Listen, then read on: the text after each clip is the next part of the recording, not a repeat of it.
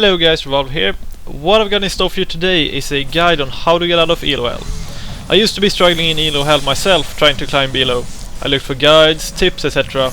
But I decided to make out my own tactic on how I should raise Elo.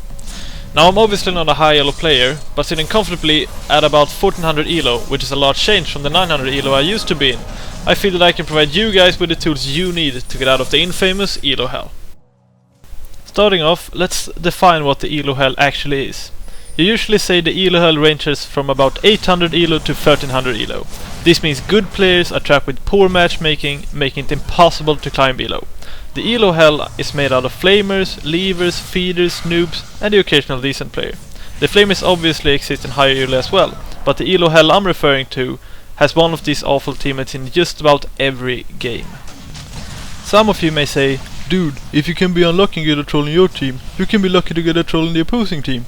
Although this is true, let's take a look at this example. We've got one good player and 9 bad players. Let's compare the good player with one of the bad players in the enemy team. Now, let's put a troll in our team.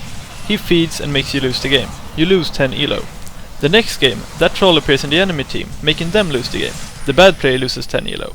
But what did just happen? A good player got the exact same punishment as the bad player.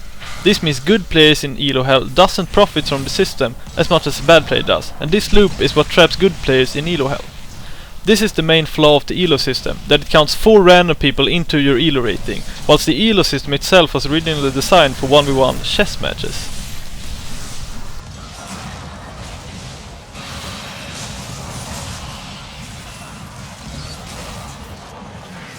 Moving on, here's step 1. Handling the trolls. Now, we take for granted we have at least one troll in our team every game.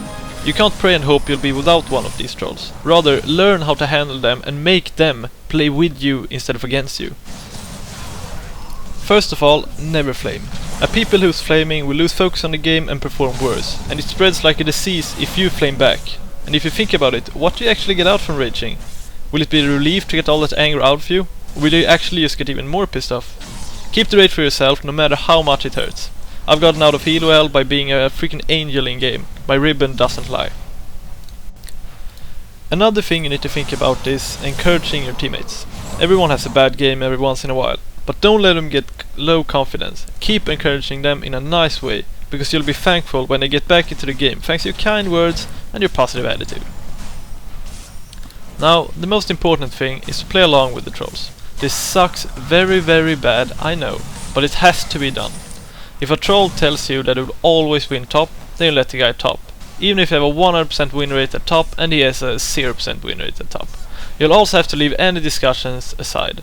Rather, ignore or mute the player, because the worst trolls will just keep throwing silly arguments at your face, no matter how good you can counter that. So sometimes you'll just have to bite the sour apple and play along. Remember, you can always report them afterwards. The next step on the list is champion select, and there are numerous things you have to take into consideration going into champion select. First of all, I strongly suggest going top, mid or jungle. Why? Well, top lane for one has huge snowballing potential. Play Rengar for example. Post 6 you'll just push your lane and babysit mid with your ult. Mid lane is great because of the roaming potential. You've got easy access to top, bot and jungle, easy snowball potential. Jungle speaks for itself. Being in every lane all the time opens for snowball opportunities. As you can see, snowballing is the way to go. You have to be able to carry a complete team full of noobs, and I mean it. Bot lane lacks this kind of roaming unless you play Taric lane or if you're a duo pre-made or whatever. There are exceptions for bot lane, but in general I feel top, mid and jungle are the best lanes to play when you're trying to get out of Elo Hell. Next up is picking champions. What you want to do is play champions that you play very well. You should have been practicing this champion for at least 20 games before you head into ranked with them, because you have to know your champ in and out. I suggest having 4 to 5 champions who play to perfection in each lane. Also, don't be afraid to play OP champions. I play top, and lately my mains have been Jace, Rengar and Darius. All of them are considered OP in the sense that one of them gets banned almost every game. You're simply going to have to use every trick in the book, no matter how cheap it is, to carry your team and to get out of Elo Hell.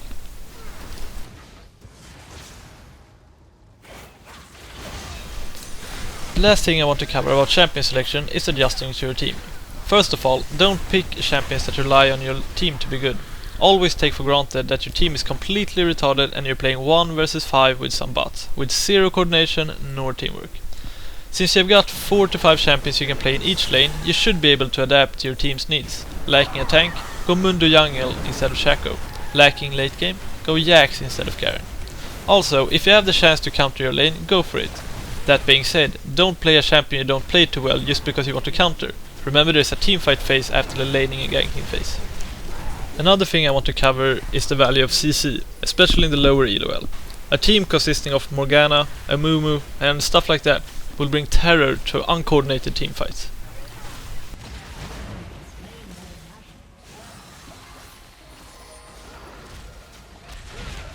There are some champions I would like to suggest for each lane that are great in solo queue and are easy to play. Rengar, Jace and Darius, as previously mentioned, thanks to their overpowered abilities, their snowballing potential, and they don't fall off too hard late game. Olaf is a strong pick thanks to his teamfight potential thanks to his ultimate, and Sinch is a low elo stomper thanks to his insane survivability, utility and mobility. For mid lane we've got Ahri, sick mobility, great roaming, great throughout the entire game. Katarina, nice roaming, super nice teamfights, a little depends on having CC in your team though. Malzahar and Morgana are both great laners thanks to their pushing potential, which enables roaming, and their great ultimates. For jungle we've got Sho'gaf, who is incredibly easy to jungle as thanks to his insane sustain. He has strong ganks and scales into a tank beast late game. Amumu is great because of his initiation and his ultimate. Udyr and Nocturne are both great tanks with nice ganks during lane phase, great mid to late game power, and they both provide utility to the teamfights. Noct with his fear and dunk power, and Udyr with his constant stunning. For AD carry we've got Vayne. This is because of her insane mid to late game and easy snowballing. Kog is the best super late game carry in game. Ezreal is a great snowballer and is a great duelist, making him a top pick for AD carry role. For support we've got Blitzcrank, and this is due to his hooks. Those hooks can make or break a game. Alistar thanks to his CC and tankiness. Leona due to her initiation. Sona due to her great laning phase and her great teamfighting powers. Over to step 3, play the game. First of all, a message I really want to get out there is to enjoy a loss. What I mean by saying this is that you shouldn't grieve over a loss that was all due to your teammates failing, because most of the times you could have done better too. Reflect over what you could have done better, and instead of seeing the loss as a complete failure, look at all the fun you had during the match. If you can't handle a loss, then League of Legends isn't for you. Play a single player game in that case. Besides, in all those tight matches where you lose at the 50-minute mark due to a poor team fight and a thrown game, remember that exact thing will happen to an enemy team some other time. It's all karma in a way. Although, if you do get frustrated, take a break from playing for a while. No good will come out of playing while in a bad mood. Next up is patience and effort. This is important because you can't simply take for granted that you will get out of Elo Hell just like that. Look at the top teams like Team Solomid, Najin Sword or SK Gaming. The players from these teams have actually dedicated time to get better at the game, and so should you. Actually practicing a champion before heading into rank will make a huge difference. And put time on the game, play a lot of matches. Lose some, win some. You will get better from just playing. Another thing I find important is to set goals. When I was at 1100 Elo, I said to myself, I'm tired of this, time to make something happen. And decided that I would get at least 1400 Elo before the season was over. Meanwhile I had these goals, like, this weekend I'm going to reach 1200 Elo no matter what. Now obviously you will have times where you seem to lose every game and times where you seem to win every game. But the experience will pay off eventually, and you will reach the goals you've set. Last thing on this step is admitting you're bad. Take a look at yourself. Compare yourself to a higher Elo player. Are you actually as good as you think? You may seem better than the players you play with, otherwise I wouldn't say this on Elo Hell, but perhaps you aren't quite as good as you think.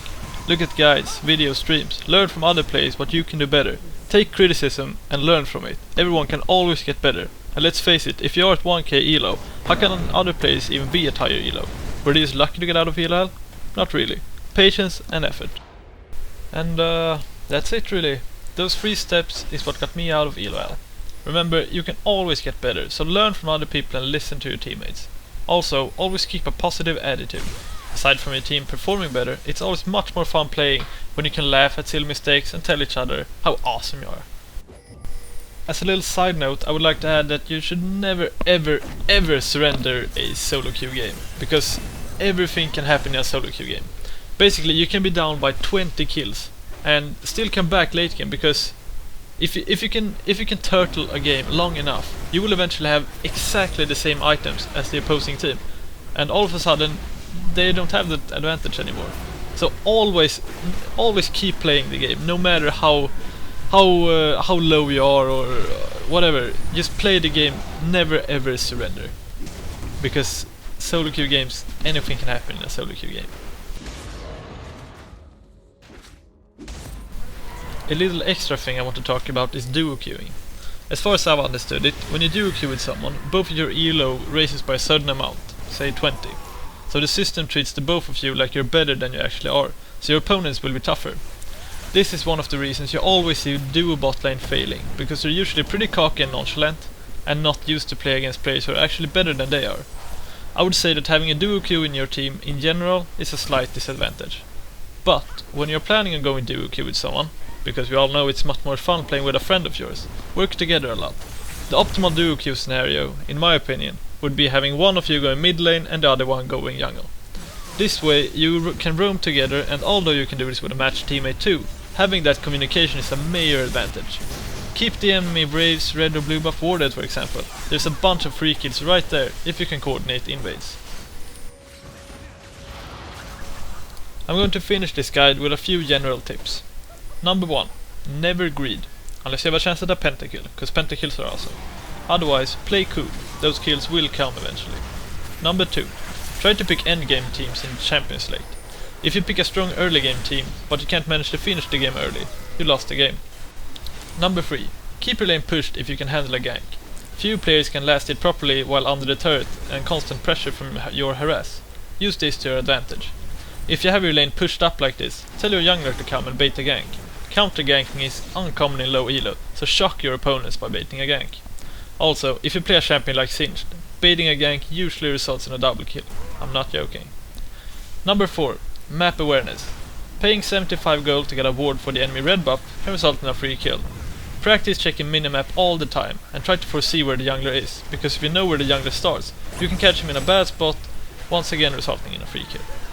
Also, keep track of Drake and Baron buffs. There are pretty much no players in low elo that does this, and if you can make your team stack up at Baron seconds before it spawns, you can get a free Baron. Number 5. Be careful about face checking, in particular late game. The entire enemy team can stack up in a bush, and if as an AD carry go into said bush, the entire game could be thrown. That being said, use this against your enemies as well. Stack up in a bush if they don't have vision, and turn a 5v5 fight into a 4v5. Number 6. Last hit properly. Don't underestimate the value of farming. Practice, practice and practice last hitting. Also, if you find yourself not having anything to do due to a pushed lane and no ganking opportunities, go grab some jungle camps. Unless your jungler asks you not to, of course. Number 7. Give kills to your team if possible. As a tank or support, make sure the gold goes to the carries, where it belongs. And that's all for me. I hope you've enjoyed watching this guide, and I hope you've learned something. Please, feel free to ask me any questions you might have, and in case you have any suggestions, tell me. Help me out by pressing that like button below, and do subscribe to my channel for more videos like these. Bye.